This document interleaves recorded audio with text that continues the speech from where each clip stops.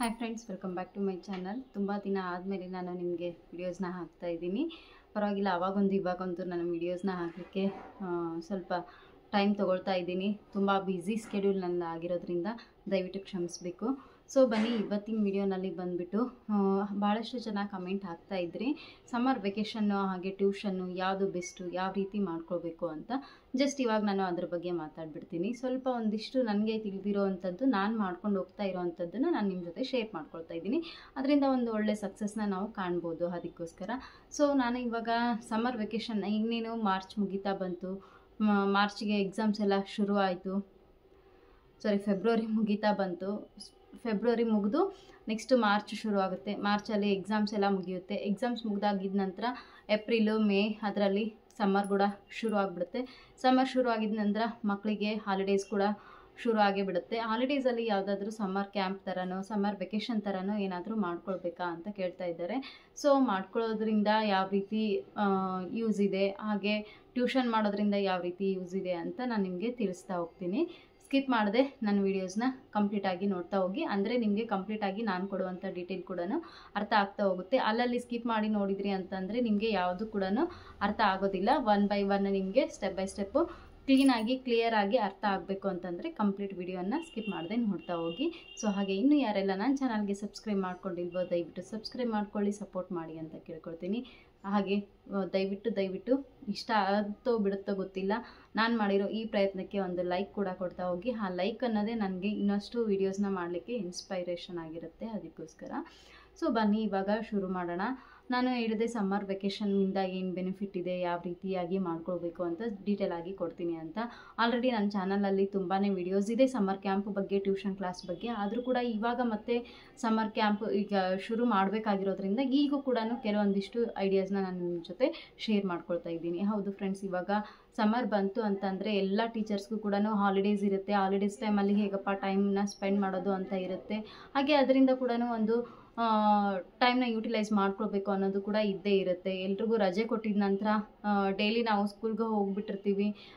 Daily ಕೂಡ ನಮಗೆ time ಹೇಗೆ ಹೋಗುತ್ತೆ ಅಂತಲೇ ಗೊತ್ತಾಗಿರಲ್ಲ. ಈಗ ಟೈಮ್ ಸ್ಪೆಂಡ್ ಮಾಡೋದು ಅಂದರೆ ತುಂಬ ಕಷ್ಟ ಅನ್ನೋ ಟೀಚರ್ಸ್ ಇದ್ದೇ ಇರ್ತೀವಿ. ಸೊ ಆ ರೀತಿ ಆಗೇ ಆಗುತ್ತೆ, ಅದು ಸಹಜವಾಗಿ. ಯಾಕೆಂತಂದರೆ ನಾವು ನಮ್ಮ ಟೈಮ್ಗೆ ಅಡ್ಜಸ್ಟ್ ಆಗಿಬಿಟ್ಟಿರ್ತೀವಿ. ಈಗ ಸಡನ್ನಾಗಿ ಬೆಳಗ್ಗೆಯಿಂದ ಸಂಜೆವರೆಗೂ ಫ್ರೀಯಾಗಿ ಮನೆಯಲ್ಲಿ ಟೈಮ್ನ ವೇಸ್ಟ್ ಮಾಡಬೇಕು ಅಂತಂದರೆ ಮನಸ್ಸು ಬರೋದೇ ಇಲ್ಲ. ಹಾಗಾಗಿ ಸಮ್ಮರ್ ವೆಕೇಷನ್ನ ನೀವು ಮಾಡ್ಕೊಳ್ಬೋದು. ಸೊ ಜಸ್ಟ್ ನಾನು ಟೈಮ್ನ ವೇಸ್ಟ್ ಮಾಡಬಾರ್ದು ಅನ್ನೋ ಕಾರಣಕ್ಕೆ ಹೇಳ್ತಾ ಇದ್ದೀನಿ ಹೊರತಾಗಿ ನಿಮ್ಮ ಟೈಮ್ನ ಒಳ್ಳೆಯದಕ್ಕೋಸ್ಕರ ಯೂಟಿಲೈಸ್ ಮಾಡ್ಕೊಳ್ಳಿ ಅಂತ ಹೇಳ್ತಾ ಇದ್ದೀನಿ ಹೊರತಾಗಿ ಮತ್ತು ಟೈಮ್ನ ಸುಮ್ಮನೆ ನಮಗೆ ಟೈಮ್ ಪಾಸ್ ಮಾಡಲಿಕ್ಕೆ ಆಗಲ್ಲ ಅಂತ ಟೈಮ್ ಪಾಸ್ ಮಾಡಲಿಕ್ಕೆ ಇದನ್ನು ನಾನು ಹೇಳ್ತಾ ಇಲ್ಲ. ದಯವಿಟ್ಟು ತಪ್ಪಾಗಿ ಭಾವಿಸಬೇಡಿ. ಆ ಟೈಮ್ನ ಏನು ಸಿಗುತ್ತೆ ನಿಮಗೆ ಈಗ ವೆಕೇಷನಲ್ಲಿ ಅದನ್ನು ಯೂಟಿಲೈಸ್ ಮಾಡ್ಕೊಳ್ಳಿ ಅಂತ ಹೇಳ್ತಾ ಇದ್ದೀನಿ. ಸೊ ನಾವು ಮಕ್ಕಳಿಗೆ ಸಮ್ಮರ್ ವೆಕೇಷನ್ನ ಏನೆಲ್ಲ ಸ್ಟಾರ್ಟ್ ಮಾಡ್ಬೋದು ಅಂತಂದರೆ ಜಸ್ಟ್ ನಾನು ಬೇಸಿಕ್ಕಿಂದನೇ ಹೇಳ್ತಾ ಹೋಗ್ಬಿಡ್ತೀನಿ. ಮಕ್ಕಳಿಗೆ ಬೇಸಿಕ್ಕಾಗಿಯೇ ಮೇನ್ ಇಂಪಾರ್ಟೆಂಟಾಗಿ ನಾವು ಕೊಡಬೇಕಾಗಿರೋದು, ಅವ್ರಿಗೆ ಬೇಸ್ಮೆಂಟ್ ಸರಿ ಇದ್ದರೆ ಮಾತ್ರ ನೆಕ್ಸ್ಟ್ ಲೆವೆಲ್ಗೆ ಅವ್ರನ್ನ ಚೆನ್ನಾಗಿ ಇಂಪ್ರೂವ್ಮೆಂಟ್ ಮಾಡ್ಕೊಂಡು ಹೋಗ್ಬೋದು. ಅದಕ್ಕಾಗಿ ಈಗ ಏನು ಮಾಡಬೇಕು ಪ್ರೆಸೆಂಟ್ ಅಂತಂದರೆ ಫಸ್ಟು LKG ಇಂದನೇ ಶುರು ಮಾಡಿಕೊಂಡ್ರೂ ಪರವಾಗಿಲ್ಲ. LKG ಇಂದನೇ ನಾನು ಸಮ್ಮರ್ ವೆಕೇಷನ್ನ ಮಾಡ್ತೀನಿ ಅಂತ ಅಂದ್ಕೊಳ್ಳೋರಿದ್ದರೆ ಆ ಮಕ್ಕಳಿಗೆ ಬೇಸಿಕ್ಕಾಗಿ ಫಸ್ಟು ABCD 1 2 3 ಅದೆಲ್ಲ ಕೂಡ ಬೇಕೇ ಬೇಕಲ್ವಾ. ಸೊ ಅಂಥ ಮಕ್ಕಳಿಗೆ, ಸಣ್ಣ ಮಕ್ಕಳಿಗೆ ಯಾವಾಗಲೂ ಕೂಡ ಚಾರ್ಟ್ಗಳನ್ನು ಯೂಸ್ ಮಾಡ್ಕೊಳ್ಳಿ ಆದಷ್ಟು. ಇಲ್ಲ ಅಂತಂದರೆ ಬೋರ್ಡ್ ಯೂಸ್ ಮಾಡಿಕೊಂಡು ಬೋರ್ಡ್ ಮೇಲೆ ಬರೆದು ಅದನ್ನು ಮಕ್ಕಳ ಬಾಯಿಂದ ಡಿಕ್ಟೇಟ್ ಮಾಡಿ. ಅಂದರೆ ನೀವು ಡಿಕ್ಟೇಟ್ ಮಾಡೋದು, ಅವರು ಅದನ್ನು ರಿಪೀಟ್ ಮಾಡೋ ಥರ. ಅದನ್ನು ತುಂಬ ಎಫೆಕ್ಟಿವ್ ಆಗಿರೋದು ಅದು ಒಂದು ದಿನಕ್ಕೆ ಆಗುವಂಥ ಕೆಲಸ ಆಗಿರಲ್ಲ. ಅದು ಕಂಟಿನ್ಯೂವಸ್ ಆಗಿ ನೀವು ಅದನ್ನು ತುಂಬ ಸರಿ ಕಂಟಿನ್ಯೂವಸ್ ಆಗಿ ಮಕ್ಕಳಿಗೆ ದಿನೇ ಹೇಳ್ಕೊಡಿ. LKG UKG ಮಕ್ಕಳಿಗೆ. ಯಾಕೆಂತಂದರೆ ಅಲ್ಲಿ ಬೇಸಿಕ್ ಮಕ್ಕಳಿಗೆ ಏನು ಗೊತ್ತಿರೋದೇ ಇಲ್ಲ, ಅವ್ರಿಗೆ ಅಭ್ಯಾಸನೇ ಗೊತ್ತಿರೋದಿಲ್ಲ. ಹಾಗಾಗಿ ಅವ್ರನ್ನ ಸಡನ್ನಾಗಿ ತಂದು ನಿಮಗೆ ಹಾಕಿರ್ತಾರೆ ಅಂತ ಅಂದಾಗ ಅಲ್ಲಿ ಮಕ್ಕಳಿಗೆ ನಾವು ಒಂದೇ ಸರಿಗೆ ಕೈ ಹಿಡಿದು ಬರೆಸ್ಬೇಕು ಅಂದರೂ ಆಗೋದಿಲ್ಲ. ಜಸ್ಟ್ ಮಕ್ಕಳಿಗೆ ಒಂದು ಬುಕ್ಕು ಒಂದು ಪೆನ್ಸಿಲ್ ಕೊಟ್ಟು ಗೀಚಾಡೋದಕ್ಕಾದರೂ ಕೊಡಿ. ಜಸ್ಟ್ ಗೀಚಾಡೋದ್ರಿಂದನೂ ಅವ್ರ ಕಲಿಕೆ ಉಂಟಾಗುತ್ತೆ ಅಲ್ಲಿ. ಅದಕ್ಕೋಸ್ಕರ ಅದು ಗೀಚಾಡ್ಕೊಂಡೇ ಹೋಗಲಿ ಪರವಾಗಿಲ್ಲ. ಪೇರೆಂಟ್ಸ್ಗೂ ಕೂಡ ಹೇಳಿ ಈ ಥರ ಗೀಚಾಡ್ಕೊಂಡು ಬಂದರೂ ಕೂಡ ಅಲ್ಲಿಂದ ಮಕ್ಕಳಿಗೆ ಕಲಿಕೆ ಆಗುತ್ತೆ. ದಯವಿಟ್ಟು ಈ ಥರ ಗೀಚ್ಕೊಂಡು ಬಂದಿದ್ದಾನೆ ಅಂತ ಕಂಪ್ಲೇಂಟ್ ಮಾಡಬೇಡಿ ಅಂತ. ಬಿಕಾಸ್ ನಾನು ಕೂಡ ಅದನ್ನು ಫೇಸ್ ಮಾಡಿದ್ದೀನಿ. ಮಕ್ಕಳು ಆ ರೀತಿ ಗೀಚಾಡಿದ್ರು ಕೂಡ ನಾವು ಮಕ್ಕಳು ಅದನ್ನು ಗೀಚಾಡಲಿ ಅಂತಲೇ ಬಿಟ್ಟಿರ್ತೀವಿ. ಬಟ್ ಪೇರೆಂಟ್ಸ್ ಬಂದುಬಿಟ್ಟು ಈ ರೀತಿ ಗೀಚಾಡಿದ್ದಾರೆ, ಈ ರೀತಿಯಾಗಿ ಅದನ್ನು ಪೇಜ್ ಎಲ್ಲ ವೇಸ್ಟ್ ಮಾಡ್ತಾ ಇದ್ದಾರೆ, ನೀವೇನು ನೋಡೋದೇ ಇಲ್ವಾ, ಅದನ್ನ ಎರೇಜ್ ಮಾಡಿ ಮಕ್ಕಳಿಗೆ ಕೂರಿಸ್ಬಿಟ್ಟು ಕೈ ಇಟ್ಟು ಬರೆಸ್ಬೋದಲ್ಲ ಅಂತ ಕೇಳ್ತಾರೆ. ಬಟ್ ಅವ್ರಿಗೆ ಗೊತ್ತಿಲ್ಲ ಈ ಒಂದು ಮಕ್ಕಳ ಸೈಕಾಲಜಿ ಏನು ಅಂತ. ನಾವು BEd ಮಾಡಿರೋ ಟೀಚರ್ ಏನಿದ್ದೀವಿ ನಮಗೆ ಮಾತ್ರ ಗೊತ್ತಿರುತ್ತೆ ಮಕ್ಕಳು ಗೀಚೋದ್ರಿಂದನೂ ಕಲಿಕೆಯನ್ನು ಕಲಿತಾರೆ ಅನ್ನೋದು. ಸೊ ಹಾಗಾಗಿ ಅವ್ರಿಗೆ ನಾವು ಎಕ್ಸ್ಪ್ಲೇನ್ ಮಾಡಲಿಕ್ಕಾಗಲ್ಲ. ಬಿಫೋರೇ ನೀವು ಇನ್ಫಾರ್ಮ್ ಮಾಡ್ಕೊಂಬಿಡಿ. ಈ ಕಂಪ್ಲೇಂಟ್ ನನ್ನ ಹತ್ರ ಬಂದಿರೋದ್ರಿಂದ ನಾನು ನಿಮಗೆ ಅದನ್ನು ಜಸ್ಟ್ ಒಂದು ಇನ್ಫಾರ್ಮ್ ಥರ ಮಾಡ್ತಾ ಇದ್ದೀನಿ. ಅದರಿಂದ ನಿಮಗೂ ಕೂಡ ಬೇಜಾರಾಗ್ಬೋದು, ಹರ್ಟ್ ಆಗ್ಬೋದು. ಅದಕ್ಕೆ ಪೇರೆಂಟ್ಸ್ ಬಂದು ನಿಮಗೆ ಆ ಥರ ಹೇಳಿದಾಗ ಬೇಜಾರಾಗೋದು ಸಹಜ. ಅದಕ್ಕೋಸ್ಕರ ಇಲ್ಲ ಅಂತಂದರೆ ಜಸ್ಟ್ ಅದನ್ನು ಫೋಟೋ ತೆಗೆದುಬಿಟ್ಟು ಈ ರೀತಿ ಅಂತ ಹೇಳ್ಬಿಟ್ಟು ಅದನ್ನು ಬೇರೆ ಮುಂದೆ ಅದನ್ನು ಮಿಸ್ಯೂಸ್ ಮಾಡ್ಕೊಳ್ತಾ ಇರ್ತಾರೆ. ಹಾಗಾಗಿ ಅದನ್ನು ಆಗದೆ ಇರೋ ಥರ ನೋಡ್ಕೊಳ್ಬೇಕು ಅಂದರೆ ಬಿಫೋರ್ ನೀವು ಅಲರ್ಟ್ ಆಗಿದ್ಬಿಡಿ, ಈ ಥರ ಸಮಸ್ಯೆ ಬರದೇ ಇರೋ ಥರ. ಸೊ ಮಕ್ಕಳಿಗೆ ಅದನ್ನು ಗೀಚೋದ್ರಿಂದನೇ ಶುರು ಮಾಡ್ಕೊಳ್ಳಿ. ಆದಷ್ಟು ಮಕ್ಕಳಿಗೆ ನಾವು ಯಾವಾಗ ಪದೇ ಬಾಯಿಂದ ಹೇಳಿಸ್ತೀವೋ ಆವಾಗ ಆ ಮಕ್ಕಳಿಗೆ ಹೇಳಿ ಅವ್ರ ಬಾಯಿಂದಾನೇ ಈಸಿಯಾಗಿ ಬರೋದಕ್ಕೆ ಶುರು ಮಾಡುತ್ತೆ. ಹಾಗಾಗಿ ABCD ಆಗಿರ್ಬೋದು, IE ಆಗಿರ್ಬೋದು, 1 2 3 ಆಗಿರ್ಬೋದು, ಏನೆಲ್ಲ ನೀವು ಸಾಧ್ಯ ಆಗುತ್ತೆ ಫ್ರೂಟ್ಸ್ ನೇಮ್, ವೆಜಿಟೇಬಲ್ಸ್ ನೇಮ್, ಇವನ್ನೆಲ್ಲ ಬೈ ಹ್ಯಾಟ್ ಮಾಡಿಸ್ಬಿಡಿ. ಅಂದರೆ ಬೋರ್ಡ್ ಮೇಲೆ ಹಾಕೋದ್ರ ಮುಖಾಂತರನಾದರೂ ಅಥವಾ ಪಿಕ್ಚರ್ಸ್ನ ತೋರಿಸಿ ಹಾಕೋದ್ರ ಮುಖಾಂತರನಾದರೂ. ಪಿಕ್ಚರ್ಸ್ ತೋರಿಸೋದು ಅಂತಂದರೆ ಫ್ಲ್ಯಾಶ್ ಕಾರ್ಡ್ ಬರುತ್ತಲ್ವ, ಇವಾಗ ಸಮ್ಮರ್ ವೆಕೇಷನ್ ಅಂತ ಬಂದಾಗ ಸ್ವಲ್ಪ ನಾವು ಕೈಯಿಂದ ಖರ್ಚು ಮಾಡ್ಕೊಳ್ಳೋದು ಕೂಡ ಇಂಪಾರ್ಟೆಂಟ್ ಆಗಿರುತ್ತೆ ಬೇಸಿಕ್ಗೋಸ್ಕರ. ಸೊ ಹಾಗಾಗಿ ಏನಾದರೂ ಸ್ವಲ್ಪ ಫ್ಲ್ಯಾಶ್ ಕಾರ್ಡ್ ಥರ ಯೂಸ್ ಮಾಡ್ಕೊಳ್ಳಿ. ಜಸ್ಟ್ ಆನ್ಲೈನಲ್ಲಿ ಸಿಗುತ್ತೆ ನಿಮಗೆ. ಆ ಫ್ಲ್ಯಾಶ್ ಕಾರ್ಡನ್ನು ಹಿಡಿದ್ಬಿಟ್ಟು ತೋರಿಸಿ ಮಕ್ಕಳಿಗೆ ಇದು A for apple, B for banana ಅಂತ ಹೇಳ್ಬಿಟ್ಟು ಪಿಕ್ಚರ್ನ ತೋರಿಸಿ ಮಾಡಿಸೋದ್ರಿಂದ ಎಫೆಕ್ಟಿವ್ ಆಗಿರುತ್ತೆ ಅವರ ಒಂದು ಲರ್ನಿಂಗ್ ಪ್ರೊಸೆಸ್. ಅದಕ್ಕೋಸ್ಕರ ಅದನ್ನು ಕಂಪ್ಲೀಟಾಗಿ ನೀವು ಈ ಫ್ಲ್ಯಾಶ್ ಕಾರ್ಡನ್ನು ಯೂಸ್ ಮಾಡ್ಕೊಳ್ಳಿ, ತುಂಬಾ ಒಳ್ಳೆಯದು. ಅದ್ರ ಜೊತೆಗೆ ಇಲ್ಲ ಅಂತಂದರೆ ನಿಮಗೆ ಚಾರ್ಟ್ ಸಿಗುತ್ತಲ್ವ, ಹೇಗಿದ್ದರೂ ಕೂಡ ಎನಿಮಲ್ಸ್ ಚಾರ್ಟ್ ಸಿಗುತ್ತೆ, ಹಾಗೆ ಆಲ್ಫಾಬೆಟ್ಸ್ ಚಾರ್ಟ್ ಸಿಗುತ್ತೆ, ಈ ಚಾರ್ಟ್ ಸಿಗುತ್ತೆ. ಅವುಗಳನ್ನು ಯೂಸ್ ಮಾಡ್ಕೊಂಡಾದರೂ ಜಸ್ಟ್ ಅದನ್ನು ತೋರಿಸಿ ಅದರ ಮೇಲೆ ಬೆರಳಿಟ್ಟು ದಿನ ಆ ಪಿಕ್ಚರ್ನ ನೋಡಿ ಅವ್ರ ಕಣ್ಣಲ್ಲಿ ಕೂತ್ಬಿಟ್ಟು ಅದನ್ನು ಐಡೆಂಟಿಫೈ ಮಾಡೋದನ್ನು ಆ ಮಕ್ಕಳು ಕಲಿತಾರೆ. ಅಲ್ಲಿಂದ ಬೇಸಿಕ್ನ ಶುರು ಮಾಡ್ಕೊಳ್ಬೋದು. ಫಸ್ಟ್ ಅದನ್ನು ಮಾಡಿದ ನಂತರ ಮಕ್ಕಳಿಗೆ ನೀವು ಬರ್ಸೋದಕ್ಕೂ ಕೂಡ ಶುರು ಮಾಡ್ಕೊಳ್ಬೋದು. ಹಾಗಾಗಿ ಫಸ್ಟ್ ಅದನ್ನೆಲ್ಲ ಮಾಡ್ಕೊಳ್ಳಿ UKG LKG ಮಕ್ಕಳಿಗೆ. ಸೊ ಅದಾಗಿಂದ ಫಸ್ಟ್ ಸ್ಟ್ಯಾಂಡರ್ಡ್ ಮಕ್ಕಳಿಗೂ ಕೂಡ ಇದೆಲ್ಲ ಬೇಕೇ ಬೇಕು. ಇದನ್ನು ಕೂಡ ಇಲ್ಲಿಂದಾನೇ ಶುರು ಮಾಡ್ಕೊಳ್ಳಿ. ಬಿಕಾಸ್ ಏನಾಗುತ್ತೆ ಅಂದರೆ UKGನಲ್ಲಿ LKGನಲ್ಲಿ ಅವರು ಏನು ಕಲ್ತಿರ್ತಾರೆ, ಏನು ಬಿಟ್ಟಿರ್ತಾರೆ ನಮಗೆ ಬೇಕಾಗೇ ಇಲ್ಲ ಅದು. ಸೊ ಮಕ್ಕಳಿಗೆ ಬೇಸಿಕ್ಕಿಂದಾನೇ ನಾವು ಕಲಿಸಿ ಆ ಬೇಸ್ಮೆಂಟನ್ನೇ ಹಾಕ್ಕೊಂಡು ಹೋಗೋಣ. ಯಾಕಂತಂದರೆ ಒಂದು ಬುನಾದಿ ಅಂತ ಬಂದರೆ ಅದಕ್ಕೆ ಬೇಸ್ಮೆಂಟೇ ತುಂಬ ಇಂಪಾರ್ಟೆಂಟ್ ಆಗಿರುತ್ತೆ. ಆ ಬೇಸ್ಮೆಂಟನ್ನು ನಾವು ಸರಿಯಾದ ಹಾದಿನಲ್ಲೇ ಹಾಕ್ಕೊಂಡು ಹೋಗೋದು ತುಂಬ ಇಂಪಾರ್ಟೆಂಟು. ಹಾಗಾಗಿ ಆ ಮಕ್ಕಳಿಗೆ ಎಷ್ಟು ಇಂಪಾರ್ಟೆಂಟೋ ಅಷ್ಟು ಬೇಕಿರೋದನ್ನು ನಾವು ಈಗಲಿದ್ದಾನೆ ಮಕ್ಕಳಿಗೆ ಕೊಡೋದನ್ನು ಶುರು ಮಾಡ್ಕೋಬೇಕು. ಹಾಗಾಗಿ ಇಲ್ಲಿ ಕೂಡ IE ಇಂದಾನೆ ABCD ಇಂದಾನೆ ಎಲ್ಲ ರೀತಿಯಿಂದ ಬೇಸಿಕ್ ಏನಿದೆ ಅದನ್ನು ಹೇಳ್ಕೊಡಿ. ಆಗಿದ ನಂತರ ಅದೆಲ್ಲ ಕಲ್ತಿದ ನಂತರ ಕ ಕ ಕಿ ಕಿ ಕಲಿಸಿ, ಆಮೇಲೆ ಒತ್ತಕ್ಷರ ಕಲಿಸಿ, ಆಮೇಲೆ ಎರಡೆರಡೇ ಅಕ್ಷರಗಳನ್ನು ಕೂಡಿಸಿ ಬರೆಸಿ ಅದನ್ನು ಕಲಿಸಿ. ದಿನ ಪ್ರೊಸೆಸ್ ಈಗ ನೀವು ಸಬ್ಜೆಕ್ಟ್ ವೈಸ್ ಚೇಂಜ್ ಮಾಡ್ಕೊಳ್ಳಿ. ಕನ್ನಡ ಅಂತ ಬಂದರೆ ಕನ್ನಡದಲ್ಲಿ ಪ್ರೊಸೀಜರ್ ಹೀಗೆ ಇರಬೇಕು ಅಂತ ಹೇಳ್ಬಿಟ್ಟು ಫಸ್ಟ್ ಈ ಕಲಿಸೋದಕ್ಕೆ ಶುರು ಮಾಡಿದ್ದೀರಾ ಒಂದು ಮಗುವಿಗೆ, ಆ ಮಗು ಕಲ್ತಿದ್ದಾನ, ಅದಾಗಿದ ನಂತರ ಮಗುವಿಗೆ ಐಡೆಂಟಿಫಿಕೇಷನ್ ತೋರಿಸಿ, ಬೋರ್ಡ್ ಮೇಲೆ ಬರೆದು ಈ ಅಕ್ಷರ ಯಾವುದು ಅಂತ ಮಕ್ಕಳ ಕಡೆಯಿಂದ ಅವರ ಒಂದು ಕಲಿಕೆ ಏನಿದೆ ಅದನ್ನು ತಿಳ್ಕೊಳ್ಳಿ. ಅಂದರೆ ಅನ್ನೋ ಐಡೆಂಟಿಫಿಕೇಷನ್ ಆದರೂ ಮಾಡ್ತಿದ್ದಾನ ಆ ಮಗು ಅನ್ನೋದನ್ನು ಸ್ವಲ್ಪ ತಿಳಿದುಕೊಳ್ಳಿ ಸರಿಯಾಗಿ. ಸೊ ಅಲ್ಲಿಂದ ನಾವು ಅವ್ರಿಗೆ ಮಾಡಿರೋ ಅಂಥ ವರ್ಕ್ ಏನಿದೆ ಅದು ಎಫೆಕ್ಟಿವ್ ಆಗಿದೆನಾ ಅಥವಾ ಎಕ್ಸಿಕ್ಯೂಟ್ ಆಗ್ತಾ ಇದೆನಾ ನಾವು ಮಾಡ್ತಾ ಇರೋದು ಅಂತ ತಿಳಿದುಕೊಳ್ಬೇಕು ನಾವು ಟೀಚರ್ಸ್ ಆದವರು.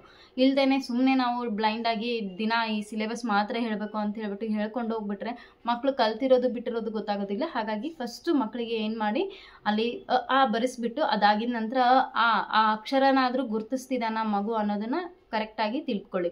ಅದಾಗಿದ ನಂತರ ಕ ಕ ಕಿ ಕಿ ಕಡೆ ಬನ್ನಿ. ಅದಾಗಿದ ನಂತರ ಕ ಕ ಕಿ ಕಿ ಬರೀತಾ ಈ ದಿಂದ ಜ್ಞವರೆಗೂ ಅಕ್ಷರಗಳು ಕಂಪ್ಲೀಟಾಗಿ ಕಲ್ತಿದ ನಂತರ ಜಸ್ಟ್ ಒಂದೆರಡೆರಡೇ ಅಕ್ಷರಗಳನ್ನು ಕೂಡಿಸಿ ಬರೀತಾನ ಮಗು, ಅದಕ್ಕೆ ಪ್ರಯತ್ನ ಪಡ್ತಿದ್ದಾನ, ಸ್ವಲ್ಪ ಅದ್ರ ಕಡೆ ಕೂಡ ಗಮನ ಕೊಡಿ. ಅರ ಅಂತ ಬಂದರೆ ಈ ವರ್ಣಮಾಲೆಗಳು ಏನಿತ್ತು ದಿಂದ ಜ್ಞವರೆಗೂ ಅವೆರಡೇ ಅಕ್ಷರಗಳು ಬಂದಿರೋದು, ಅವೆರಡನ್ನೇ ಅಂತ ಒಂದು ಅಕ್ಷರನ ಗುರುತಿಸೋದಕ್ಕೆ ಶುರು ಮಾಡಿದ್ದಾನೆ ಅಂದರೆ, ಹಾಗೆ ಇನ್ನೊಂದು ಅನ್ನೋ ಅಕ್ಷರನ ಗುರುತಿಸೋದಕ್ಕೆ ಶುರು ಮಾಡಿದ್ದಾನೆ ಅಂದರೆ ಆ ಎರಡು ಅಕ್ಷರನ ಬಳಸ್ಕೊಂಡು ಒಂದು ಶಬ್ದ ಬರೀತಾನೆ ಮಗು. ಸೊ ಆ ಥರ ಶಬ್ದಗಳನ್ನು ಗುರುತಿಸಿ ಬರೆಯೋದು ಥರ ನಾವು ಮಾಡಬೇಕು. ಅಷ್ಟು ಪರ್ಫೆಕ್ಟಾಗಿ ಮಕ್ಕಳನ್ನ ಪ್ರಿಪೇರ್ ಮಾಡಬೇಕು. ಸೊ ಈ ನಿಟ್ಟಿನಲ್ಲಿ ನೀವೇನು ಮಾಡಬೇಕು, ದಿನ ಪ್ರೊಸೀಜರ್ ಇರಲೇಬೇಕು ಕಂಟಿನ್ಯೂಸ್ ಆಗಿ. ಪೇರೆಂಟ್ಸ್ ಬಂದು ಕೇಳ್ತಾ ಇರ್ತಾರೆ, ದಿನ ಹೇಳಿದ್ದೇ ಹೇಳ್ತಾ ಇದ್ದೀರಿ, ಅದಕ್ಕೋಸ್ಕರ ಮಕ್ಕಳಿಗೆ ಬೇಜಾರಾಗ್ತಾ ಇದೆ ಅಂತ ಹೇಳ್ತಾ ಇರ್ತಾರೆ. ಬಟ್ ಬೇಜಾರಾಗೋ ಥರ ಮಾಡಬೇಡಿ, ಮಕ್ಕಳಿಗೆ ಇಂಟ್ರೆಸ್ಟ್ ಬರೋ ಥರನೇ ದಿನೇ ಆ್ಯಕ್ಟಿವಿಟೀಸ್ ಚೇಂಜಸ್ ಮಾಡ್ಕೊಳ್ಳಿ. ಆ ಈ ಅದನ್ನು ಕಲಿಸ್ತಾ ಇರ್ತೀರಲ್ವ, ಆ ಈಗ ಸಂಬಂಧಪಟ್ಟ ಹಾಗೆ ಒಂದಿಷ್ಟು ಏನಾದರೂ ಪಿಕ್ಚರ್ಗಳನ್ನು ಇಳಿಸ್ಬಿಟ್ಟು ಅಥವಾ ಪಿಕ್ಚರ್ಗಳನ್ನು ತೋರಿಸ್ಬಿಟ್ಟು ಅದನ್ನು ಅಕ್ಷರವನ್ನು ಮ್ಯಾಚ್ ಮಾಡೋ ಥರನೋ ಅಥವಾ ಈ ಕಲಿಸೋದ್ರಲ್ಲಿ ಈ ಕಲ್ತಿದ್ದಾನೆ ಅಂತಂದರೆ ಬರೆದ್ಬಿಟ್ಟು ಡ್ಯಾಶ್ ಇಟ್ಬಿಟ್ಟು ಬರೆದು ತೋರಿಸಿ. ಅಂದರೆ ಮಗುವಿಗೆ ಆ ಮಿಡಲ್ ಇರುವಂಥ ಅಕ್ಷರವನ್ನು ಬರೆಯೋದಕ್ಕೆ ಕ್ಯೂರಿಯಾಸಿಟಿ ಜಾಸ್ತಿ ಮಾಡಿ. ಅಂದರೆ ಮಗು ತಾನೇ ಬರೆದಾಗ ಇಂಟ್ರೆಸ್ಟ್ ತೊಗೊಳ್ತಾನೆ, ಖುಷಿಯಿಂದ ಅದನ್ನು ಮಾಡೋದಕ್ಕೆ ಶುರು ಮಾಡ್ತಾನೆ. ನನಗೆ ಇದು ಬರೀಲಿಕ್ಕೆ ಬಂದುಬಿಡ್ತು, ಮಿಸ್ ನನ್ನ ಅಪ್ರಿಷಿಯೇಟ್ ಮಾಡಿದರು ಅನ್ನೋ ಥರ ಮಗು ಅದನ್ನು ಬರೆಯೋದಕ್ಕೆ ಶುರು ಮಾಡೋ ಥರ ನೀವೇನು ಮಾಡಿ ಬೇರೆ ಬೇರೆ ಆ್ಯಕ್ಟಿವಿಟೀಸ್ನ ಕೊಡಿ. ಸೊ ಅದಾಗಿದ ನಂತರ ಅದೇ ಆ ಅಕ್ಷರಗಳನ್ನು ಬರೆಯೋದಕ್ಕೆ ಬೋರ್ಡ್ ಮೇಲೆ ಕೊಡಿ. ಅಥವಾ ಇಲ್ಲ ಅಂತಂದರೆ ಒಂದಿಷ್ಟು ಏನಾದರೂ ಥಿಂಗ್ಸ್ ತೊಗೊಂಡ್ಬಿಟ್ಟು ಈಗ ಮಾರ್ಬಲ್ಸ್ ಥರನೋ ಅಥವಾ ಯಾವುದಾದ್ರೂ ಸೀಡ್ಸ್, ಬೀಜಗಳು, ಹುಣಸೆ ಬೀಜ, ಕಲ್ಲು, ಸ್ಟೋನ್ಸ್ ಏನಾದರೂ ಯೂಸ್ ಮಾಡಿಕೊಂಡು ಅನ್ನೋ ಅಕ್ಷರವನ್ನು ಬರೆದುಬಿಟ್ಟು ಅದ್ರ ಮೇಲೆ ಜೋಡಿಸೋ ಥರನಾದರೂ ಈ ಥರ ಆ್ಯಕ್ಟಿವಿಟೀಸ್ನ ಸಮ್ಮರ್ ಕ್ಯಾಂಪ್ ಅಂತ ಅಂದರೆ ಸಮ್ಮರ್ ವೆಕೇಷನ್ ಅಂದರೆ ಮಕ್ಕಳಿಗೆ ಆ್ಯಕ್ಟಿವಿಟೀಸ್ನ ಜಾಸ್ತಿ ಕೊಟ್ಟು ಆ ಆ್ಯಕ್ಟಿವಿಟೀಸ್ ಮುಖಾಂತರ ನಾವು ಮಕ್ಕಳಿಗೆ ಕಲಿಸೋದನ್ನೇ ಈ ಒಂದು ಉದ್ದೇಶ ಆಗಿರಬೇಕು ನಮ್ಮದು. ಸೊ ಹಾಗಾಗಿ ಆ ರೀತಿ ನೀವು ಮಕ್ಕಳಿಗೆ ಆ್ಯಕ್ಟಿವಿಟೀಸ್ನ ಕೊಡಿ. ಅದನ್ನು ಮಾಡಿಸಿ ಮಕ್ಕಳಿಗೆ ಆ ಅಕ್ಷರಗಳ ಜ್ಞಾನವನ್ನು ತಲೆಯಲ್ಲಿ ತುಂಬಿ. ಅದು ನಮಗೆ ಲೈಫ್ ಟೈಮ್ ಮಕ್ಕಳಿಗೆ ಬೇಕಿರುವಂಥದ್ದು. ಜಸ್ಟ್ ಈಗ ಒಂದು LKG UKG ಮಾತ್ರ ಸೀಮಿತ ಆಗಿರಬಾರ್ದು. ಲೈಫ್ ಟೈಮ್ ಆ ಮಕ್ಕಳಿಗೆ ಅದು ಸೀಮಿತವಾಗಿರಬೇಕು, ಆ ಮಕ್ಕಳಿಗೆ ಅದು ಯೂಸ್ಫುಲ್ ಆಗಿರಬೇಕು. ಆ ಮಟ್ಟಿಗೆ ನಾವೇನು ಮಾಡಬೇಕು, ಇಲ್ಲಿ ಬೇಸ್ಮೆಂಟ್ನ ಹಾಕ್ಕೊಡ್ಬೇಕು. ಸೊ ಹಾಗಾಗಿ ಇದನ್ನೆಲ್ಲ ಡೀಟೇಲ್ ಆಗಿ ಚೆನ್ನಾಗಿ ಮಕ್ಕಳಿಗೆ ಹೇಳ್ಕೊಡಿ. ಯಾವಾಗಲೂ ನಾನು ಹೇಳ್ತಾ ಇರ್ತೀನಿ, ಮಕ್ಕಳಿಗೆ ಮೊದಲು ಬೇಸಿಕ್ ಏನು ನಾಲೆಜ್ ಇದೆ ಅದೇ ತುಂಬ ಇಂಪಾರ್ಟೆಂಟು. ಅದು ಚೆನ್ನಾಗಿದ್ದರೆ ನೆಕ್ಸ್ಟ್ ಏನೇ ಆದರೂ ಕೂಡ ಮಗು ಅದನ್ನು ರಿಸೀವ್ ಮಾಡ್ಕೊಳ್ತಾನೆ, ಅಕ್ಸೆಪ್ಟ್ ಮಾಡ್ಕೊಳ್ತಾನೆ. ಅಲ್ಲಿಂದ ಕಲಿಕೆ ಚೆನ್ನಾಗಿರುತ್ತೆ ಮಗುವಿಂದು. ಅದಕ್ಕೋಸ್ಕರ ಫಸ್ಟ್ ಇಲ್ಲಿಂದಾನೇ ಚೆನ್ನಾಗಿ ನಾವು ಹಾಕ್ಕೊಡ್ಬೇಕು. ಈ ರೀತಿ ಸಮ್ಮರ್ ವೆಕೇಷನಲ್ಲಿ ಕಲಿಸೋದನ್ನು ಶುರು ಮಾಡ್ಕೊಳ್ಳಿ. ಕೇವಲ ಇದು LKG UKG 1ನೇ ತರಗತಿ ಮಕ್ಕಳಿಗೆ ಅಷ್ಟೇ ಅಲ್ಲದೆ ಕಂಟಿನ್ಯೂ ಎಲ್ಲ ಮಕ್ಕಳಿಗೂ ಕೂಡ ಅದೇ ಪ್ರೊಸೀಜರ್ನೇ ಯೂಸ್ ಮಾಡಿ. ಇವನ್ ABCDಗಾದರೂ ಅಷ್ಟೇ, 1 2 3ಗಾದರೂ ಅಷ್ಟೇ, ಈ ರೀತಿ ಬೇಸಿಕ್ ಎಲ್ಲದನ್ನು ಕೂಡ ಹಾಕ್ಕೊಂಡೋಗಿ. ಆ ರೀತಿ ಮಾಡಿಕೊಂಡ್ರೆ ಏನಾಗುತ್ತೆ, ಮಕ್ಕಳಿಗೆ ಬೇಸಿಕ್ ನಾಲೆಜು ಸರಿಯಾಗಿ ಸಿಗುತ್ತೆ. ಇವಾಗ ನಾವು ತುಂಬ ಸರಿ ನೋಡ್ತಾ ಇರ್ತೀವಿ, ಮಕ್ಕಳಲ್ಲಿ ಬೇಸಿಕ್ ನಾಲೆಜೇ ಇಲ್ಲ, ಅಕ್ಷರಗಳ ಗುರ್ತೇ ಸಿಗ್ತಾ ಇಲ್ಲ. ಆದರೆ ಬುಕ್ ಮಾತ್ರ ಬಂಡಲ್ ಗಟ್ಟಲೆ ಇದೆ. ಆ ಬುಕ್ ತೆಗೆಸಿ ಒಂದು ಪೇಜಲ್ಲಿ ಒಂದು ಅಕ್ಷರ ಓದು ಅಂತಂದರೆ ಆ ಮಗುವಿಗೆ ಓದೋಕ್ಕೆ ಬರೋದಿಲ್ಲ. ಇದು ತುಂಬಾ ದೊಡ್ಡ ವಿಪರ್ಯಾಸ. ನನಗಂತೂ ಸಾಕಾಗಿ ಹೋಗಿದೆ. ಯಾವ ಮಕ್ಕಳು ಬಂದರೂ ಕೂಡ ಈ ಥರ ಸಮಸ್ಯೆ, ಅಟ್ಲೀಸ್ಟ್ ಒಂದಲ್ಲ ಒಂದು ಸಮಸ್ಯೆನಾದರೂ ಈ ಮಕ್ಕಳಲ್ಲಿ ಇದ್ದೇ ಇದೆ. ಒಂದು ಒತ್ತಕ್ಷರ ಓದೋಕ್ಕೆ ಬರಲ್ಲ, ದೀರ್ಘಾಕ್ಷರ ಓದೋಕ್ಕೆ ಬರಲ್ಲ. ಇದೆಲ್ಲ ಎಷ್ಟು ಈಸಿ ಇರೋ ಅಂಥದ್ದು, ಆದರೆ ಅದನ್ನು ಎಷ್ಟು ಕಷ್ಟ ಅಂತ ಅಂದ್ಕೊಂಡ್ಬಿಟ್ಟಿದ್ದಾರೆ ನಮ್ಮ ಮಕ್ಕಳು. ಸೊ ಹಾಗಾಗಿ ಆ ಒಂದು ಕಷ್ಟ ಆಗಬಾರ್ದು ಅಂದರೆ ಈ ಸಮ್ಮರ್ ವೆಕೇಷನಲ್ಲಿ ಮಕ್ಕಳಿಗೆ ಇದನ್ನೆಲ್ಲ ಫಸ್ಟು ನಾವು ಏನು ಮಾಡೋಣ, ಬೇಸಿಕ್ಕಾಗಿ ತುಂಬಿಸ್ಬಿಡೋಣ. ಸೊ ಮಕ್ಕಳಿಗೆ ಈ ರೀತಿಯಾಗಿ ನಾವು ತುಂಬಿಸ್ಬಿಟ್ರೆ ನಾಳೆ ಟ್ಯೂಷನ್ ಮಾಡುವಾಗಲೂ ಕೂಡ ಈಗ ಈ ಸಮ್ಮರ್ ವೆಕೇಷನಲ್ಲಿ ಇದನ್ನೆಲ್ಲ ನಾವು ಸರಿಯಾಗಿ ಮಕ್ಕಳಿಗೆ ತುಂಬಿದರೆ ನಾಳೆ ಇದೇ ಮಕ್ಕಳು ನಮಗೆ ಟ್ಯೂಷನಲ್ಲಿ ಕಂಟಿನ್ಯೂ ಆಗ್ಬೋದಲ್ವಾ.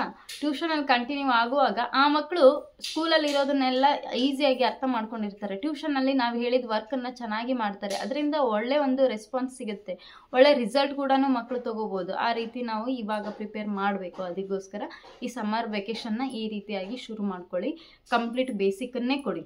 ಈಗ ಹೈಯರ್ ಕ್ಲಾಸ್ ಆದರೆ ಏನು ಮಾಡೋದು ಮೇಡಮ್, ಅವ್ರಿಗೂ ಆನೆ ಹೇಳ್ಬೇಕಾ? ಹೌದು, ಅವ್ರಿಗೆ ಬರುತ್ತಾ ಇಲ್ವಾ, ಆ ಐಡೆಂಟಿಫಿಕೇಷನ್ ಗೊತ್ತಿದ್ದೇನೆ ಇಲ್ಲ, 1-4 ಶಬ್ದಗಳನ್ನು ಕೊಟ್ಟು ನೋಡಿ, ಅವ್ರು ಬರೀತಾರಾ, ಕೆಪೇಬಲ್ ಇದ್ದಾರಾ ಆ ಮಕ್ಕಳು ಅದನ್ನು ಬರೀಲಿಕ್ಕೆ? ಇಲ್ಲ ಅಂತಂದರೆ ಅದನ್ನು ಮಾಡಿಸಿ, ಅದನ್ನೇ ಮತ್ತೆ ಮತ್ತೆ ಮಾಡಿಸಿ. ಅಷ್ಟು ಪ್ರಿಪೇರ್ ಆಗಿದ ನಂತರ ಮಕ್ಕಳಿಗೆ ವಿರುದ್ಧಾರ್ಥಕ ಪದಗಳು, ಸಮಾನಾರ್ಥಕ ಪದಗಳು, ನಾನಾರ್ಥ ಪದಗಳು, ಜೋಡು ನುಡಿಗಳು, ನುಡಿಗಟ್ಟು, ಈ ಥರದ್ದು ಏನು ಬಹಳಷ್ಟು ಶಬ್ದಗಳು ಬರುತ್ತಲ್ವ. ಹೊಂದಿಸಿ ಬರೆಯೋದಾಗಿರ್ಬೋದು, ಬಿಟಸ್ಥಳ ಆಗಿರ್ಬೋದು, ಸ್ವಂತ ವಾಕ್ಯದಲ್ಲಿ ಬರೆಯೋದಾಗಿರ್ಬೋದು, ವಾಕ್ಯಗಳ ರಚನೆ ಆಗಿರ್ಬೋದು, ಶಬ್ದಗಳ ಒಂದು ದಿನೇ ದಿನೇ ಶಬ್ದಗಳ ಒಂದು ನಿಘಂಟು ಥರನೇ ನಾವೇ ಒಂದಿಷ್ಟು 10 ಶಬ್ದಗಳನ್ನು ಮಕ್ಕಳಿಗೆ ಕೊಟ್ಟು ಅದನ್ನು ಓದಲಿಕ್ಕೆ ಕೊಡೋದು, ನೋಡಲಾರ್ದೆ ಬರೀಲಿಕ್ಕೆ ಕೊಡೋದು. ಟೋಟಲ್ ಓವರಾಲ್ ಏನಂದರೆ ಇಲ್ಲಿ ಬರವಣಿಗೆ ಮತ್ತು ಓದು ಎರಡೂ ಕೂಡ ಪರ್ಫೆಕ್ಟ್ ಮಾಡಬೇಕು.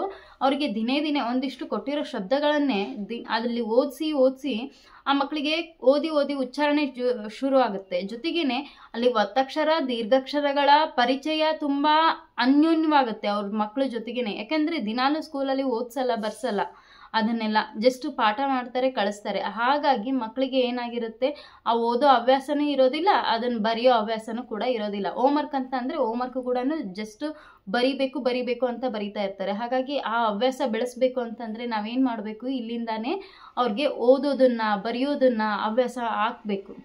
ಸೊ ಒಂದಿಷ್ಟು ಶಬ್ದಗಳನ್ನು ಕೊಟ್ಟು ಅಲ್ಲಿ ದೀರ್ಘಾಕ್ಷರಗಳು, ಒತ್ತಕ್ಷರಗಳು, ಇದು ಯಾವ ರೀತಿ ಪ್ರನೌನ್ಸ್ ಮಾಡಬೇಕು, ಇದನ್ನೆಲ್ಲ ಡೀಟೇಲ್ ಆಗಿ ನಾವು ಸ್ವಲ್ಪ ಮಕ್ಕಳಿಗೆ ಹೇಳ್ಕೊಡ್ತಾ ಹೋದರೆ ಆ ಮಕ್ಕಳು ಇಲ್ಲೇ ಆರಾಮಾಗಿ ಕಲ್ತ್ಕೊಂಡ್ಬಿಡ್ತಾರೆ. ನೆಕ್ಸ್ಟ್ ಅವ್ರಿಗೆ ಯಾವುದೇ ತೊಂದರೆ ಇರೋದಿಲ್ಲ, ಓದೋದಕ್ಕೂ ಕೂಡ ಈಸಿ ಆಗುತ್ತೆ. ಮುಂದೆ ತಮ್ಮದೇ ಆದಂಥ ಸ್ವಂತ ರೀತಿನಲ್ಲಿ ಓದ್ಕೊಂಡು ಹೋಗ್ತಾರೆ. ಹಾಗೆ ಹೊಸ ಹೊಸ ಶಬ್ದಗಳ ಪರಿಚಯ ಮಾಡಿಸಿದಾಗೆಲ್ಲ ಆ ಶಬ್ದಗಳ ಸಂಗ್ರಹ ಜಾಸ್ತಿ ಆದಂತೆಲ್ಲ ಆ ಒಂದು ಲ್ಯಾಂಗ್ವೇಜ್ದು ಬೆಳವಣಿಗೆ ಕೂಡ ಅವ್ರ ಹತ್ರ ಆಗ್ತಾ ಹೋಗುತ್ತೆ. ಕೇವಲ ಕನ್ನಡ ಅಲ್ಲ, ಇದೇ ರೀತಿ ಬೇರೆ ಬೇರೆ ಸಬ್ಜೆಕ್ಟ್ಗೂ ಮಾಡ್ಕೊಳ್ಳಿ. ಇಂಗ್ಲೀಷ್ಗೂ ಆಗಿರ್ಬೋದು, ಹಾಗೆ ಹಿಂದಿಗೂ ಆಗಿರ್ಬೋದು, ಇವಿಷ್ಟನ್ನು ನೀವು ಮಾಡ್ಕೊಳ್ಬೋದು. ಸೊ ಜಸ್ಟ್ ನಿಮಗೆ ಸಾಧ್ಯವಾಗುತ್ತೆ ಅಂದರೆ ಇವು 3 ಲ್ಯಾಂಗ್ವೇಜ್ ಅಷ್ಟೇ ಮಾಡ್ಕೊಳ್ಳಿ. ಇಲ್ಲ ಬೇಡ ಅಂತಂದರೆ ಈ 2 ಲ್ಯಾಂಗ್ವೇಜ್ ಕನ್ನಡ ಇಂಗ್ಲೀಷನ್ನ ಮಾಡಿಕೊಂಡು ಅದ್ರ ಜೊತೆ ಸ್ವಲ್ಪ ಮ್ಯಾಥ್ಸ್ ಅಂತ ಬಂದರೆ ಟೇಬಲ್ಸ್ನ ಹೇಳ್ಕೊಡಿ, ನಂಬರ್ಸ್ನ 1000ವರೆಗೂ ಕಲಿಯೋದಕ್ಕೆ ಹೇಳ್ಕೊಡಿ, ಅದರಲ್ಲಿ ಸ್ಥಾನ ಬೆಲೆಗಳನ್ನು ಹೇಳ್ಕೊಡಿ, ಹಾಗೆ ಕಳೆಯೋ ಲೆಕ್ಕ, ಕೂಡಿಸೋ ಲೆಕ್ಕ, ಗುಣಾಕಾರ, ಭಾಗಾಕಾರ ಇವೆಲ್ಲವುಗಳನ್ನು ಪರ್ಫೆಕ್ಟ್ ಮಾಡಿ ಮಕ್ಕಳಲ್ಲಿ ಅವರು 1 ಡಿಜಿಟು 2 ಡಿಜಿಟು 3 ಡಿಜಿಟು ಕೊಟ್ಟರು ಕೂಡ ಮಾಡುವಂಥ ಎಬಿಲಿಟಿ ಬರೋವರೆಗೂ ಪ್ರಾಕ್ಟೀಸ್ ಕೊಡಿ ದಿನೇ.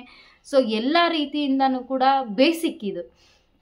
ಈ ಬೇಸಿಕ್ಕನ್ನು ಇಲ್ಲೇ ಹಾಕ್ಕೊಡಿ. ಇದು LKG UKG ಮಕ್ಕಳನ್ನ ಬಿಟ್ಟು ನೆಕ್ಸ್ಟ್ ಬರೋವಂಥ ಎಲ್ಲ ಮಕ್ಕಳಿಗೂ ಕೂಡ ಇದನ್ನು ನೀವು ಪರ್ಫೆಕ್ಟ್ ಮಾಡಿಸಿದರೆ ತುಂಬಾ ಬೆಟರ್ ಅಂತ ನನ್ನ ಒಂದು ಅಭಿಪ್ರಾಯ. ಸೊ ಹಾಗಾಗಿ ಇದನ್ನೆಲ್ಲ ನೀವು ಈ ಸಮ್ಮರ್ ವೆಕೇಷನಲ್ಲಿ ಮಾಡ್ಕೊಂಡ್ಬಿಡಿ. ಈ ರೀತಿ ಮಾಡಿಕೊಂಡ್ರೆ ಈ ಸಿಲೆಬಸ್ ಜಸ್ಟ್ ಇಷ್ಟನ್ನೇ ಸಾಕು ಮಕ್ಕಳಿಗೆ ನಾವು ಸರಿಯಾದ ರೀತಿಯಲ್ಲಿ ನೆಕ್ಸ್ಟು ಲೆವೆಲ್ಗೆ ಅವ್ರನ್ನ ರೆಡಿ ಮಾಡಲಿಕ್ಕೆ, ಅಂದರೆ ಮುಂದೆ ಓದಲಿಕ್ಕೆ, ಬರೀಲಿಕ್ಕೆ, ತಾವೇ ಸ್ವಂತವಾಗಿ ಕಲೀಲಿಕ್ಕೆ ಇದಿಷ್ಟು ಬೇಸ್ಮೆಂಟ್ ಸಾಕು ಅಂತ ನನ್ನ ಒಂದು ಅಭಿಪ್ರಾಯ. ಸೊ ಇಷ್ಟು ಮ್ಯಾಥ್ಸಲ್ಲಿ ನೀವು ಬಿಫೋರ್ ನಂಬರು, ಆಫ್ಟರ್ ನಂಬರ್ ಅಂತ ಬರುತ್ತೆ. ಆ್ಯಕ್ಟಿವಿಟೀಸ್ ಬೇಸ್ ಮೇಲೆ ನೀವು ಮಾಡಿಸ್ಕೋಬೋದು. ಈಗ LKG UKG ಫಸ್ಟ್ ಸ್ಟ್ಯಾಂಡರ್ಡ್ ಮಕ್ಕಳದು ಒಂದಿಷ್ಟು ಯಾವುದಾದ್ರೂ ನೀವು ಪ್ರೈವೇಟ್ ಸ್ಕೂಲ್ಗಳದ್ದು ಬುಕ್ಸ್ ತೊಗೊಳ್ಳಿ. ಆ್ಯಕ್ಟಿವಿಟೀಸ್ ಬೇಸ್ ಮೇಲೆ ತುಂಬಾ ಒಂದಿಷ್ಟು ವರ್ಕ್ಶೀಟ್ಗಳು ಇರುತ್ತೆ. ಆ ವರ್ಕ್ಶೀಟ್ಗಳನ್ನು ನೀವು ಅಭ್ಯಾಸ ಮಾಡಿಕೊಂಡು ಅದೇ ರೀತಿ ವರ್ಕ್ಶೀಟ್ಗಳನ್ನು ನೀವು ರೆಡಿ ಮಾಡ್ಕೊಳ್ಳಿ. ಸ್ವಂತವಾಗಿ ರೆಡಿ ಮಾಡಿ ಅದನ್ನು ಮಕ್ಕಳ ಜೊತೆ ಮಾಡಿಸಿ ನೋಡಿ. ಆ ವರ್ಕ್ಶೀಟಿಂದ ಮಕ್ಕಳು ತುಂಬಾ ಬೇಗ ಇಂಪ್ರೂವ್ಮೆಂಟ್ ಕಾಣ್ತಾರೆ, ಹಾಗೆ ಇಂಟ್ರೆಸ್ಟಿಂಗ್ ಕೂಡ ಇರುತ್ತೆ ಅದು. ಸೊ ಹಾಗಾಗಿ ಆ ರೀತಿ ಮಾಡಿಕೊಂಡು ನೀವು ಈ ಸಮ್ಮರ್ ವೆಕೇಷನ್ನ ಮುಗಿಸೋದ್ರಿಂದ ಆರಾಮಾಗಿ ಮಕ್ಕಳು ನೆಕ್ಸ್ಟ್ ಲೆವೆಲ್ಗೆ, ನೆಕ್ಸ್ಟು ಯಾವುದು ಕ್ಲಾಸ್ ಬರುತ್ತೆ ಆ ಕ್ಲಾಸ್ಗೆ ರೆಡಿ ಆಗ್ತಾರೆ. ತುಂಬ ಚೆನ್ನಾಗಿ ಮುಂದಿನ ಅವರ ಭವಿಷ್ಯ ಕೂಡ ಇಂಪ್ರೂವ್ ಆಗುತ್ತೆ. ಯಾಕೆಂತಂದರೆ ಬೇಸಿಕ್ಕೇ ಇಲ್ಲದೇ ಮಕ್ಕಳು ಬರೀ ಬುಕ್ಕನ್ನೇ ಓದೋದು, ಬುಕ್ಕಲ್ಲಿರೋ ಸಿಲೆಬಸ್ನೇ ನಮಗೆ ಮಾಡಬೇಕು ಅಂದಾಗ ತುಂಬಾ ಕಷ್ಟ. ಅದು ಬರೀ ಸಿಲೆಬಸ್ ಅಂದರೆ ಅದು ಜಸ್ಟ್ ಮಾರ್ಕ್ಸ್ ಪರ್ಪೋಸ್ ಆ ಮಕ್ಕಳು ಏನು ಮಾಡ್ಬೋದು, ಹಾಗೆ ಓದ್ಬೋದು, ಜಸ್ಟ್ ಬೈ ಹ್ಯಾಟ್ ಅದು. ಆದರೆ ನಾಲೆಜ್ ಅನ್ನೋದು ಏನಿದೆ ಅಲ್ಲ, ಇಲ್ಲಿ ಉಳಿದಿರಲ್ಲ. ಅದು ಜಸ್ಟ್ ಬೈ ಹ್ಯಾಟ್ ಮಾಡಿರ್ತಾರೆ, ಬರೀತಾರೆ. ಈಗ 4 + 5 9 ಅಷ್ಟೇ ಗೊತ್ತು. ಅದನ್ನೇ ಬಿಟ್ಟು 6 + 3 9 ಬರೀ ಅಂದರೆ ಬರೆಯಲ್ಲ ಅವರು. ಯಾಕೆಂದರೆ ಆ ಬುಕ್ಕಲ್ಲಿ ಏನು ಕೊಟ್ಟಿರ್ತಾರೆ, 5 + 4 ಅಷ್ಟೇ 9 ಅನ್ನೋದು ಟೀಚರ್ಸ್ ಬರೆಸ್ಬಿಟ್ಟಿರ್ತಾರೆ. ಆ 9 ಅನ್ನೋ ಆನ್ಸರ್ ಕ್ವಶನ್ ಮಾತ್ರ ನಾಳೆ ಟೆಸ್ಟಲ್ಲಿ ಎಕ್ಸಾಮಲ್ಲಿ ಬಂತು ಅದನ್ನು ಬರೀತಾರೆ. ಅದೇ 5 + 4 ಅಂತ ಇರೋದ್ರ ಬದಲಾಗಿ 6 + 3 ಅಂತ ಇದ್ದರೆ ಮಕ್ಕಳು ಬರೆಯೋದೇ ಗೊತ್ತಿಲ್ಲ. ಬಿಕಾಸ್ ಅವ್ರಿಗೆ ನಾಲೆಜ್ ಗೊತ್ತಿಲ್ಲ, ಆ ನಾಲೆಜ್ ಇಲ್ಲ. ನಾನು ಎಲ್ಲೋ ಒಬ್ರದ್ದು ಹೇಳ್ತಾ ಇದ್ದೀನಿ, ಇದನ್ನು ಎಲ್ರದ್ದು ಅಂತ ಹೇಳ್ತಾ ಇಲ್ಲ, ಯಾರು ಕೂಡ ತಪ್ಪಾಗಿ ಭಾವಿಸಬೇಡಿ. ಕೆಲವೊಂದು ನಾವು ಮಕ್ಕಳನ್ನ ನೋಡ್ತಾ ಇರ್ತೀವಿ, ಹಾಗಾಗಿ ಹೇಳ್ತಾ ಇದ್ದೀನಿ. ಜಸ್ಟ್ ಆ ಒಂದು ಪುಸ್ತಕದಲ್ಲಿ ಏನಿದೆ ಆ ಪುಸ್ತಕ ಮುಂದೆ ಇಟ್ಕೊಂಡ್ಬಿಟ್ಟು ಆ 4 + 5 ಅನ್ನೋದನ್ನ ಮಾತ್ರ ಆನ್ಸರ್ ಓದಿರ್ತಾರೆ ಹೊರತಾಗಿ ಇನ್ನೊಂದು 2 + 3 ಅಂತ ಕೊಟ್ಟರೆ ಅದರ ಆನ್ಸರು ಓದಿರಲ್ಲ. ಅದು ಬಂದಿಲ್ಲ. ನಮ್ಮ ಸ್ಕೂಲಲ್ಲಿ ಮಿಸ್ ಅದನ್ನು ಹೇಳ್ಕೊಟ್ಟಿಲ್ಲ, ಮಿಸ್ ಅದನ್ನು ಬರೆಸಿಲ್ಲ, ಇದಷ್ಟೇ ಬರ್ಸಿದ್ದಾರೆ, ಇದಷ್ಟೇ ಬರುತ್ತೆ ಎಕ್ಸಾಮ್ಗೆ ಅಂತ ಹೇಳಿದ್ದಾರೆ, ಇವಷ್ಟೇ ಓದ್ಕೊಂಬಿಡಿ ಅಂತ ಹೇಳಿದ್ದಾರೆ. ಸೊ ಈ ಥರ ನಾವು ಸಿಚುವೇಶನ್ನ ದಿನೇ ಫೇಸ್ ಮಾಡ್ತಾ ಇದ್ದೀವಿ. ಸೊ ಅದಕ್ಕೆ ಹೇಳ್ತಾ ಇರೋದು, ಈ ಸಿಚುವೇಶನ್ ಮಕ್ಕಳಿಗೆ ಫ್ಯೂಚರಲ್ಲಿ ಬರೋದೇ ಬೇಡ. ಅವರು ಏನೇ ಕೊಟ್ಟರು ಕೂಡ ಮಾಡುವಂಥ ಎಬಿಲಿಟಿ, ನಾಲೆಜು ಮಕ್ಕಳಿಗೆ ಇರಬೇಕು ಅಂತಂದರೆ ಈ ಸಮ್ಮರ್ ವೆಕೇಷನ್ನು ಆ ಮಕ್ಕಳಿಗೆ ಕಂಪ್ಲೀಟಾಗಿ ಇದನ್ನೆಲ್ಲ ನಾವು ಫೀಡ್ ಮಾಡಬೇಕು. ಸೊ ಇದು ನಮ್ಮ ಉದ್ದೇಶ, ನಮ್ಮ ಗುರಿ ಆಗಿರಬೇಕು. ಅದಕ್ಕೆ ತಕ್ಕ ಹಾಗೆ ಸಿಲೆಬಸ್ನ ಈಗಲಿದ್ದಾನೆ ಹಾಕ್ಕೊಳ್ಳಿ.